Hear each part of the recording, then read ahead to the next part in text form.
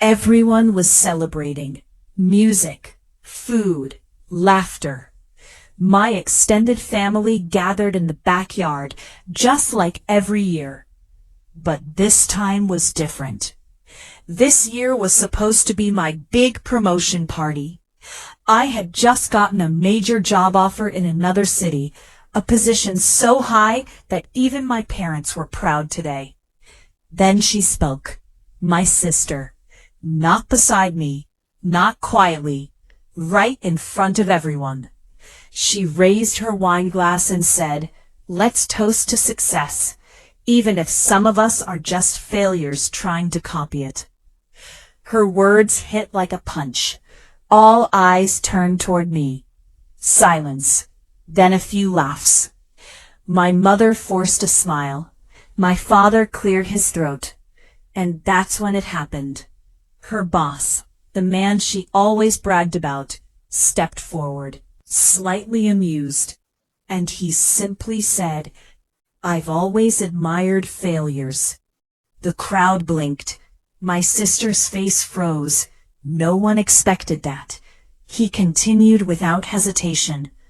Because failures are harder to fix, and the people who fix them become unstoppable. Everyone stared. Even my sister couldn't speak. That moment should have felt good. Relief, vindication, closure. But it didn't. Not yet. Because the story wasn't finished. People didn't know this.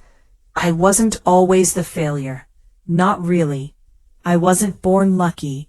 I wasn't handed success. My parents expected perfection from day one. My sister, smart, beautiful, confident. Late bloomer, they used to say. School wasn't easy. Job offers were rare. I struggled. But here's the thing. I never quit. I just learned differently. My sister? She won easy victories. I won slow, silent battles. And that's what made the real difference. 6 months earlier, my sister received a huge project at her company. A deal worth millions. One that would launch her career. Everyone congratulated her. But what they didn't tell was, she didn't earn it. She stole it. The plan was mine originally. I drafted it months earlier in my notebook. I shared it with her once, trusting her like a sister. She presented it as her own. Her boss loved it. And that's how she got promoted. But I never spoke up. Not then. Not yet. Because I was planning. Back at the party, when he said, "I've always admired failures," wasn't random. He wasn't flattering me. He was testing me. You see, 2 weeks before that party, he had asked to see my portfolio. Not my sister's, mine. He saw something the rest of the family didn't. Consistency. Growth under pressure. Authenticity. He didn't hire people who always succeeded. He hired people who learned from ruin. That's the real gold. So at that party, when he said he admired failures, it wasn't comfort. It was a challenge. And I accepted. A week later, I walked into the company boardroom. My sister never saw it coming. Her boss called a meeting. Not about her. About me.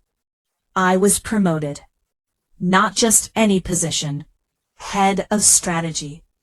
The exact department she stole from. She walked in trying to make jokes, trying to minimize me. But the boss smiled again and said, "We need leaders who have failed, because only they understand how to rebuild greatness." Her mouth stayed shut. The room applauded. My sister's world flipped. She had fallen into her own trap. Her success was hollow. Her credibility shattered. She realized something terrible. Not every person she used was as clueless as she thought. The biggest shock wasn't even my promotion. It was what came next. After I became head of strategy, I discovered embezzlement. Money siphoned from department budgets, from vendor payments, from travel reimbursements. And every record led back to my sister's account. She wasn't just stealing ideas. She was stealing funds. The boss confronted her quietly, not on stage, not with drama, with evidence. Invoices, transactions, emails. Immediately. No references, no second chances. Her reputation wiped clean. At the same moment, I received an email from her. Not apology, not regret. Just one sentence. You were right. She never said it out loud, but that email said everything. Remember her boss? The one who smiled at the party? After everything was over, he sent me a message. Just 2 words. Well played. The look on my sister's face that day, when she finally saw me as more than the family failure, was worth every tear, every struggle, every silent moment. Because revenge isn't about destruction. It's about becoming the version of yourself they never believed existed.